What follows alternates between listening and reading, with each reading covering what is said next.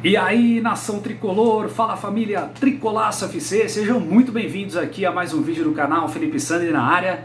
Antes da gente entrar nos assuntos aí, das informações, dos bastidores, do time provável do tricolor que amanhã encara a equipe do Internacional pela 10ª rodada do Brasileirão 2021, quero pedir muito aí pra você, se você não é inscrito no canal, por favor se inscreva, não deixa de ativar os sininhos aí para sempre receber notificações de vídeos novos e por favor deixa seu like aqui, o seu comentário, que é sempre importante para a nossa comunidade aumentar.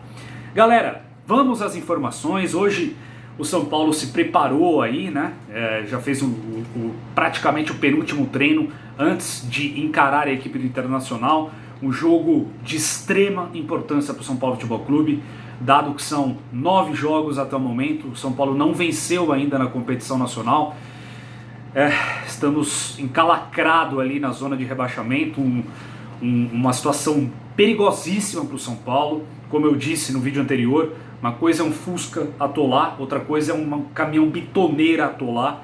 Sempre complicado, sempre tem mais dificuldade, pressão da torcida, da imprensa, pressão interna mesmo do clube em si. É muito difícil, mas vamos lá, né, gente? O que cabe a nós ainda é termos esperança.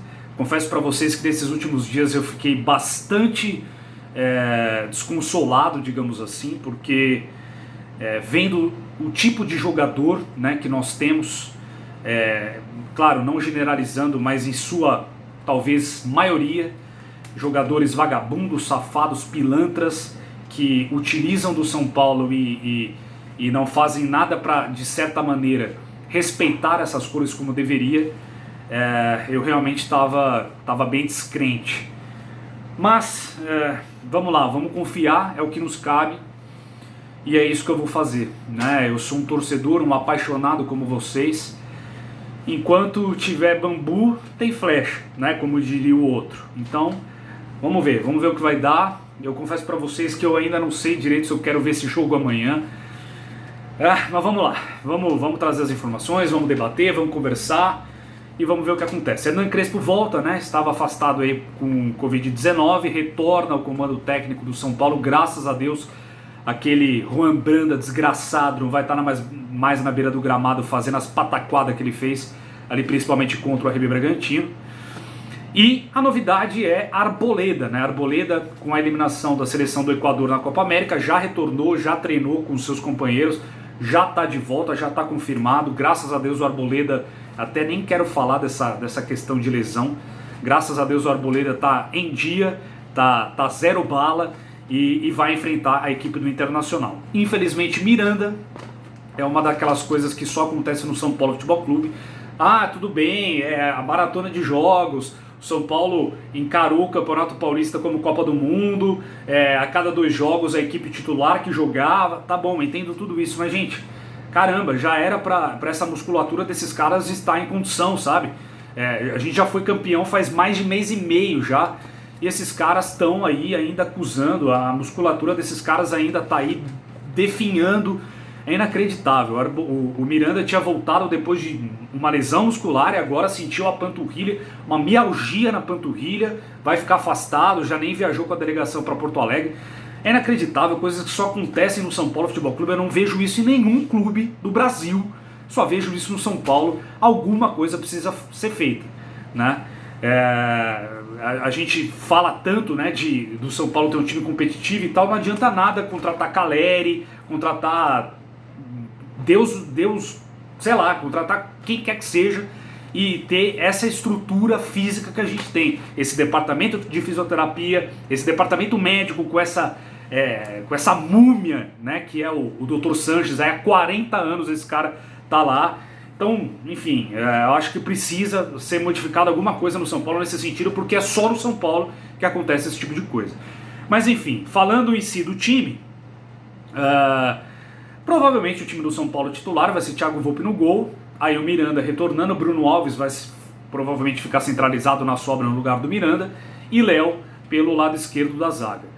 Batuqueiro do lado direito, que no meu modo de entender nem deveria mais vestir a camisa do São Paulo, como eu sempre digo aqui, mas provavelmente deve ser o último jogo dele antes da Olimpíada, e espero e torço e rezo para que seja o último jogo dele com a camisa do São Paulo. que a diretoria do São Paulo, e já vou falar do presidente Júlio Casares, eu tenho um recadinho para o Júlio Casares já, mas eu espero que a diretoria do São Paulo tenha plena consciência do rombo financeiro que tá sendo manter Daniel Alves e ele entregando isso que ele está entregando, essa bolinha ridícula e ainda escolhendo, tendo a preferência da seleção olímpica em detrimento do São Paulo Futebol Clube nessa situação que tá.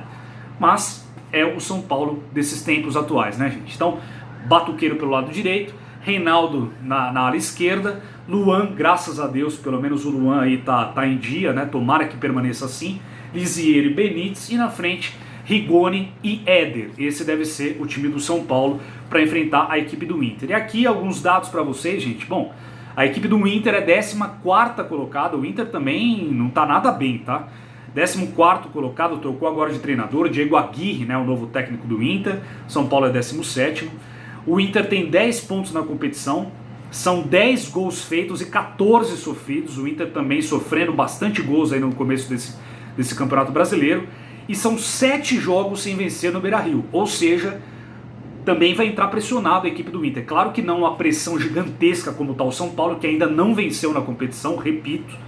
Mas vai enfrentar sim uma certa pressão jogando em casa. E tem 2 desfalques de peso considerável, né? O Cuesta, que é o zagueiro titular ali da equipe do sistema defensivo do Inter, e Edenilson, que talvez é o principal jogador da equipe do Inter aí, fazedor de gols. Tudo bem que a maioria dos gols é de pênalti, mas é um cara que faz a diferença nesses momentos, é um líder da equipe, do elenco do Inter, e também não vão jogar ambos porque estão suspensos. Então vamos ver o que acontece, né, gente? Bom, antes de falar do assunto Caleri, queria falar a respeito de um assunto rápido aqui, que eu fiz uma postagem no Stories do Tricolaço FC. Se você não segue a gente, eu convido você para seguir a gente lá, @tricolaço_FC, onde tem uma matéria do Menon, do blog do Menon, onde ele fala lá que o Júlio Casares teve a ideia, né, de outubro, dele acreditar e confiar de que em outubro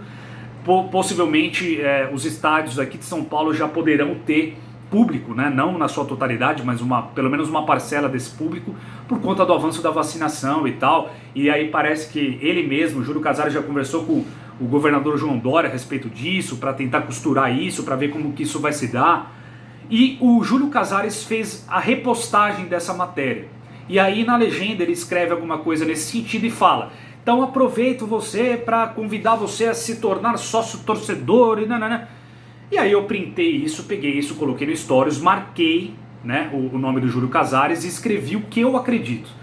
Que é o seguinte: eu acho que o Júlio Casares não está com moral nenhuma nesse momento de pedir para torcedor do São Paulo se tornar sócio torcedor nesse momento. É bem verdade que ele está estruturando o São Paulo, já ganhou o título, foi o presidente que tirou a gente sim da fila.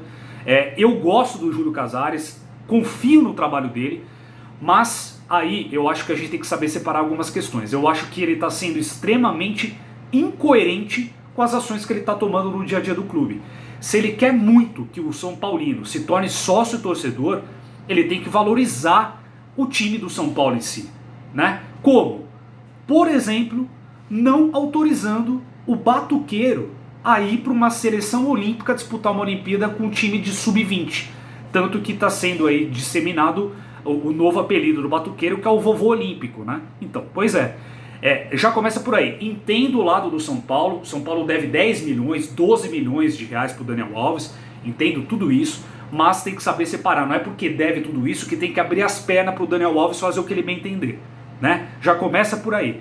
Então eu escrevi lá, né, nesse Stories, falando que eu entendo que ele não tinha moral para ficar pedindo para o São Paulino se tornar sócio torcedor.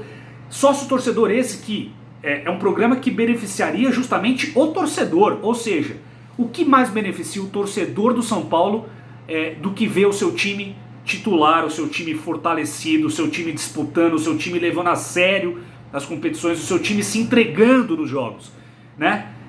No momento que ele tem o poder de fazer isso, negando a ida do Daniel Alves para a seleção olímpica, ou até mais, já que abriu a porteira e deixou ele ir, que rescinda o contrato dele. Mostre para o torcedor São Paulino que no São Paulo tem que jogar gente que ama o São Paulo de verdade, e não com hipocrisia como esse Daniel Alves, esse idiota desse Daniel Alves, né?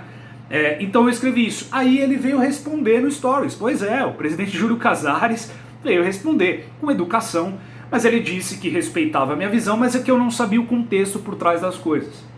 E aí eu escrevi para ele um texto gigantesco com toda a educação do mundo também, mostrando que realmente, eu não sei dos bastidores do São Paulo, eu não estou lá dentro, mas o que cabe ao torcedor são paulino saber, eu sei, que é que o São Paulo deve, né, até as cuecas para o Daniel Alves, e que se ele tivesse realmente culhão, ele barraria o Daniel Alves, ou se acatou o pedido do Daniel Alves, mostraria quem manda de fato no São Paulo.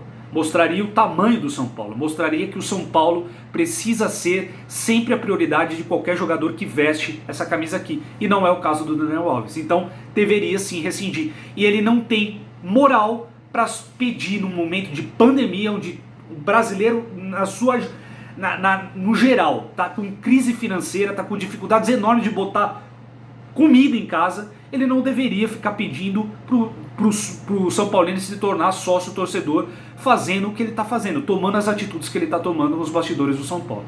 Então fica aí meu recado, quero muito saber a sua opinião, se você concorda com essa visão ou não, mas eu acho que é totalmente incongruente ele pedir pro torcedor se tornar sócio torcedor e tomar atitudes como essa de autorizar o principal, ou que deveria ser o principal nome do São Paulo, dentro do São Paulo, para disputar uma Olimpíada, do São Paulo encralacado, né, na zona de rebaixamento como tá. Deixa aí, por favor, a opinião de vocês. Por último, gente, Caleri, né? Vamos lá. Novela, né? De novo, né? Não seria diferente, quando o assunto é Caleri, é sempre novela. Hoje o Caleri sinalizou que sim, ele quer sim retornar ao São Paulo. É claro, né? O Caleri não é bobo, não é nada também, né, gente? Vamos combinar. Ele tá lá, jogou no Las Palmas, no Sassuña, no sei lá das quantas, no Espanhol, tudo time sem expressão na Espanha. A bem verdade é que o Caleri não deu certo na Europa, essa é a realidade. Mas é óbvio que na passagem que ele teve, né, em 6 meses, em 2016 no São Paulo, fez 16 gols em 31 jogos, contribuiu principalmente na Libertadores da América, virou um ídolo do São Paulo ali, né, momentâneo, rápido, pegou uma idolatria com o torcedor do São Paulo, que faz jus sim. Ele foi um grande jogador do São Paulo em pouco tempo, mas foi um grande jogador. E eu quero que o Caleri volte, só que não adianta nada, a gente ficar exigindo que o Caleri volte nas condições financeiras do clube. O São Paulo deve 600 milhões de reais, gente. Né? O São Paulo pegou empréstimo aí para quitar dívidas. Como que vai trazer o Caleri se não for numa condição adequada para o São Paulo nesse momento? Então, eu tenho sempre muito cuidado para falar do Caleri aqui, porque eu não quero ficar criando fake news, boato, não quero ficar criando no imaginário do torcedor. Acho que as tratativas podem vir a se tornar um resultado positivo para o São Paulo, mas vamos com calma. Ainda tem muito chão pela frente e nós temos preocupação maior nesse momento, que é montar um time feijão com arroz que seja, se defender extremamente e jogar para vencer jogos, seja de 0-0 para tirar o São Paulo dessa situação. Quero muito saber a opinião de vocês, depois eu quero fazer um vídeo mais completo do Caleri e tudo mais, mas deixa aí a tua visão também. A gente se vê amanhã no pós-jogo, depois de Internacional e São Paulo, se Deus quiser, uma vitória do São Paulo Futebol Clube, tá bom? Grande abraço para todo mundo, vamos São Paulo!